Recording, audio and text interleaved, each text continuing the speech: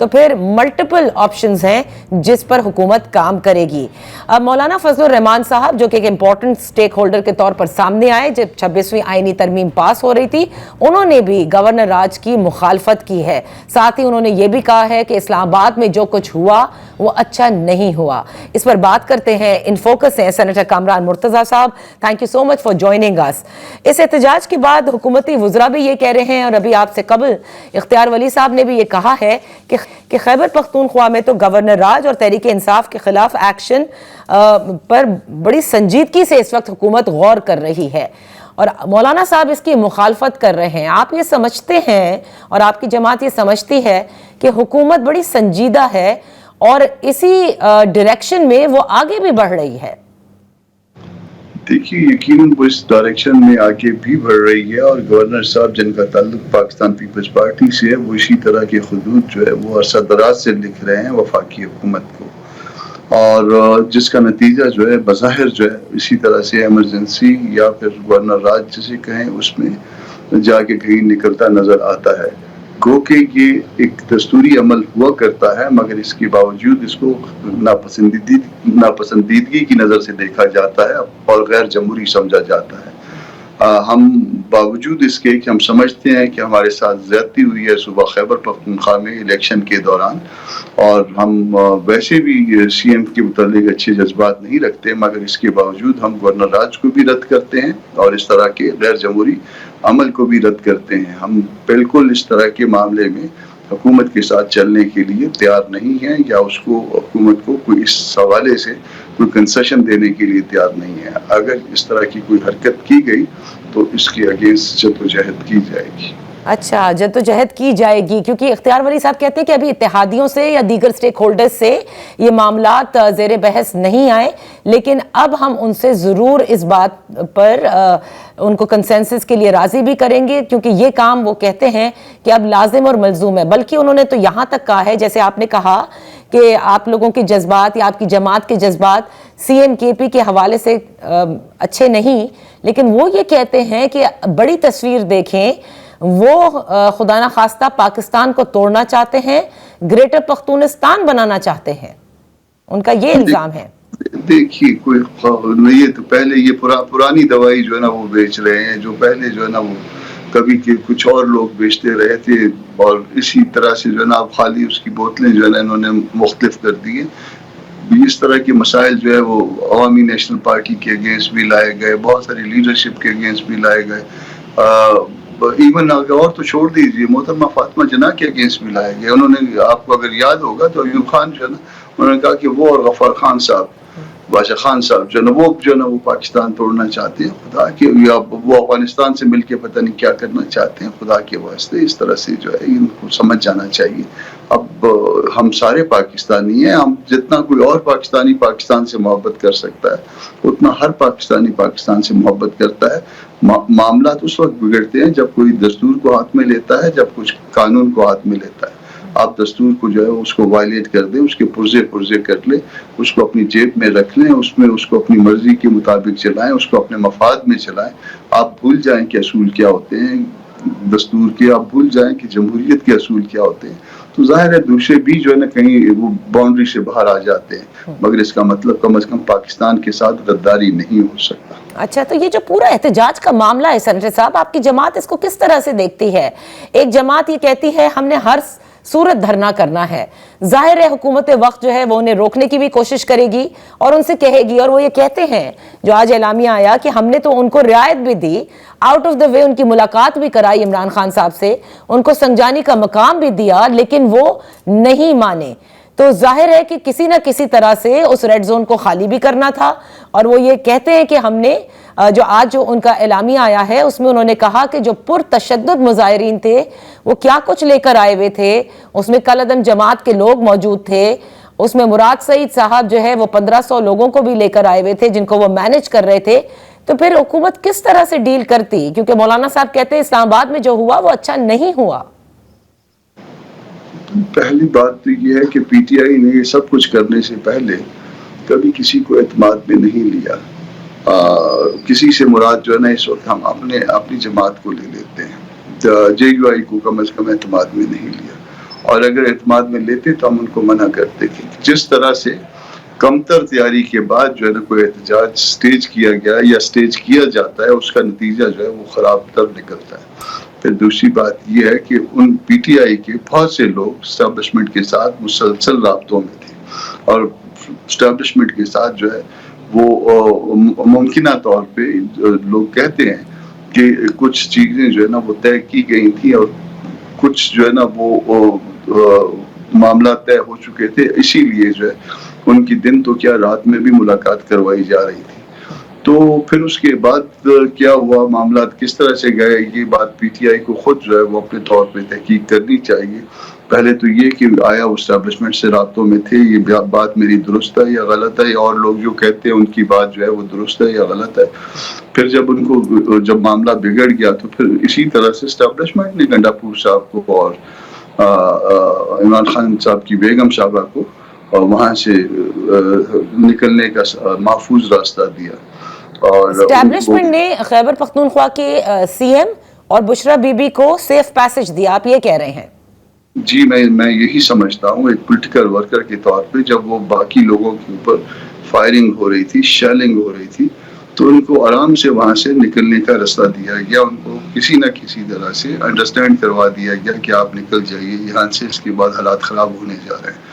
تو یہ سب کچھ میری کم از کم جو ہے، اگر میں کوئی برا پولیٹیکل ورکر ہوں تو سمجھ لیجیے میری ناقص رائے ہے کہ وہ ان کی منشا سے، ان کی مرضی سے وہاں سے گئے.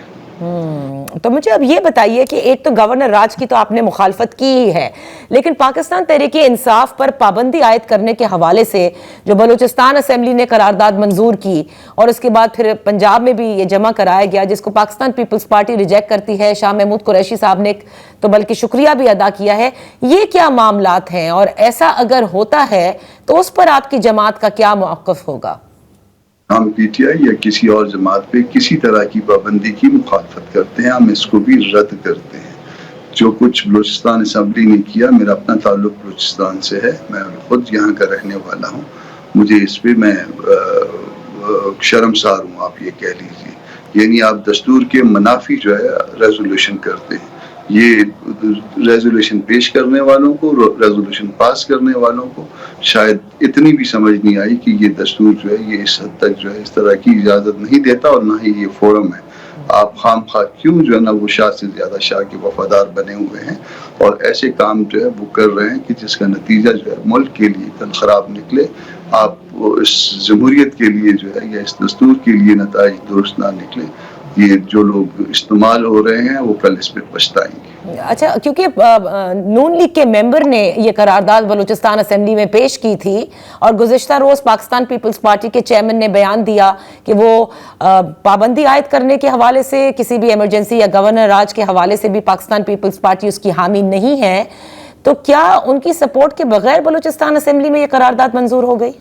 میں ان چیئرمین صاحب سے بڑے احترام سے کہتا ہوں کہ صوبہ خیبر پختونخوا میں جو آپ کے گورنر صاحب خطوط لکھ رہے ہیں، کیا ان کے بغیر جو ہے گورنر راج لگ سکتا ہے؟ اور یہاں پہ آپ کے سی ایم ہیں، آپ کے میرے وہ دوست بھی ہیں ذاتی، مگر اس کے باوجود جو ہے نا کیا ان کی منشا کے بغیر یہ سارا کچھ ہو گیا؟ کیا نون کی اتنی بھاری اکثریت تھی 65 کے عوام میں کہ وہ قرارداد کیری کروا سکتے تھے؟ 3 ممبرز جو اس وقت موجود تھے انہوں نے اس کو اپوز کیا تھا. 2 اس میں سے جے یو آئی سے تعلق رکھتے تھے، ایک ڈاکٹر مالک صاحب تھے. جے یو آئی سے جو دوست تعلق رکھتے تھے ان میں نواب رئیسانی تھے اور یونس سحری صاحب تھے ہمارے پارلیمانی لیڈر، انہوں نے اس کو اپوز کیا تھا. کامران مرتضیٰ صاحب، یہاں پر ہم ایک بریک لیتے ہیں، بریک کے بعد ہم اپنی گفتگو جاری رکھیں گے.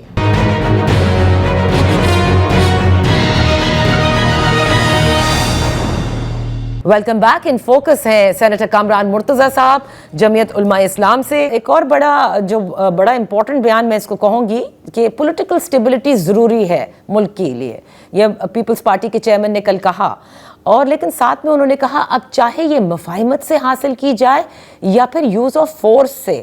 تو اس کا مطلب پاکستان پیپلز پارٹی اور پاکستان مسلم لیگ نون دونوں پاکستان تحریک انصاف کے خلاف کسی بھی قسم کے ایکشن کے لیے ایک طرح سے متفق ہیں. طریقہ جو ہے وہ کام کرنے کا دونوں کا مختلف ہے، مگر دونوں کا گول یقیناً ایک ہے جس طرح سے باقی چیزیں اقتدار اور اختیار کے حوالے سے تقسیم ہو چکی، ایک کا طریقہ یہ کہ وہ صرف دستوری عہدے لے، دوسرے کا طریقہ یہ کہ وہ ایگزیکٹو کے عہدے لے، اسی طرح سے یہاں پہ ان کو یہ بات شاید پتہ ہے کہ پی ٹی آئی کو راستے سے ہٹانا جو ہے ان کی اپنی بقا کے لیے ضروری ہے، اور انہوں نے اس کام کے لیے ایک غیر جمہوری طریقہ اختیار کر لیا۔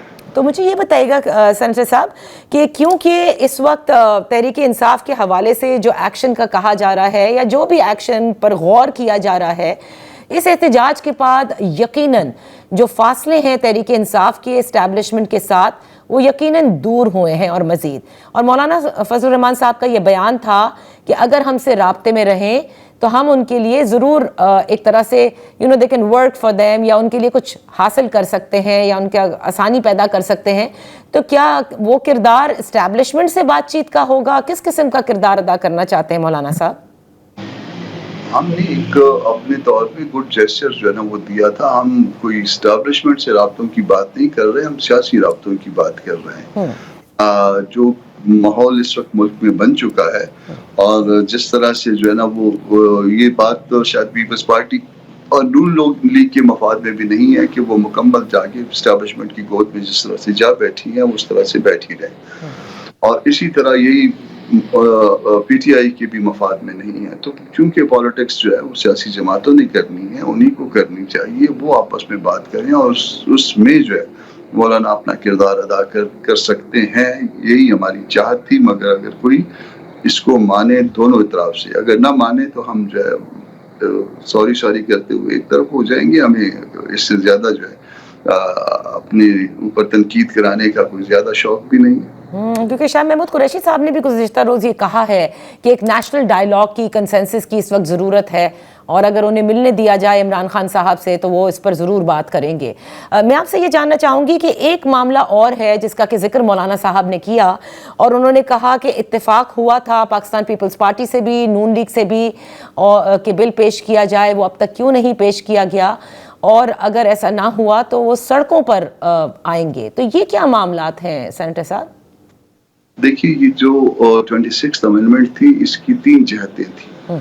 ایک، ہم نے اس کو جہاں تک ریڈیوس اس میں جو تلخی کو کم کر سکتے تھے، جو اوریجنل ڈرافٹ کی، اس کو ہم نے میکسیمم جتنا ہمارا بس تھا اس کو میکسیمم ہم نے درست کرانے کی کوشش کی، اور اس کے ساتھ ہی ہم نے اس میں کچھ دفعات جو ہمارے منشور ہمارے پروگرام کے JUI کے پروگرام کے مطابق تھی وہ ہم نے ڈلوائی۔ وہ زیادہ ہو سکتی ہیں، وہ تھوڑی ہو سکتی ہیں، مگر بہرحال اس حد تک وہ 5 دفعات تھی۔ وہ 56 کلازز سے یہ شروع ہوا تھا 26th امینڈمنٹ کا سفر، اس کو ہم نے ان کی گورنمنٹل سائڈ سے 22nd امینڈمنٹ رہ گئی تھی، 5 ہم نے شامل کروائی، تو ٹوٹل ہو گئی 27۔ اس صورت میں وہ اس کو منظور کروایا۔ اس کے ساتھ ساتھ 2 باتیں اور تھی جو کہ ایگری ہوئی تھی ہمارے گورنمنٹ اور باقی گورنمنٹل جو ان کے اتحادی ہیں ان سب کے درمیان۔ ایک سوسائٹیز رجسٹریشن ایکٹ میں مدرسوں کے حوالے سے، ان کی رجسٹریشن کے حوالے سے، اور وہ بل بھی اسی دن جس دن 26th امینڈمنٹ منظور ہوئی ہے اسی دن جو ہے دونوں ہاؤسز سے پاس ہو گیا تھا۔ اس کے بعد جو ہے وہ ہمارے ساتھ کلیم اللہ سمیع اللہ کھیلا جانا شروع کر دیا۔ اس نے فلاں کو پاس دیا، فلاں نے فلاں کو پاس دیا، فلاں نے فلاں کو پاس دیا۔ اس کے بعد گول پوسٹ تک جو ہے نا وہ گیند کبھی بھی نہیں گیا۔ صدر کے سائن جو ہے نا آج بھی اویٹڈ ہیں۔ اس درمیان درجنوں بل آئے جن کو جو ہے نا وہ صدر صاحب نے راتوں رات جو ہے نا وہ منظور کیا۔ کسی کے لیے ناشتے کا پروگرام بنایا گیا، کسی کے لیے عشائیے کا پروگرام بنایا گیا، کسی پہ لنچ کا پروگرام بنایا گیا۔ ہمارے ساتھ کلیم اللہ سمیع اللہ۔ تیسری ایک اور جہت تھی اسلام آباد میں وقف املاک کے حوالے سے، وہ جو لیجسلیشن ہوئی ہے وہ درست نہیں ہے۔ وہ بالکل اسی طرح کی لیجسلیشن ہماری حکومت نے کی ہوئی ہے جس طرح انڈیا نے مسلم اوقاف کے حوالے سے، وقف املاک کے حوالے سے ہندوستان میں کی ہے۔ اچھا، تو وہ ہم نے درستگی کے لیے کہا تھا ان کو، وہ بھی اس میں بھی کلیم اللہ سمیع اللہ۔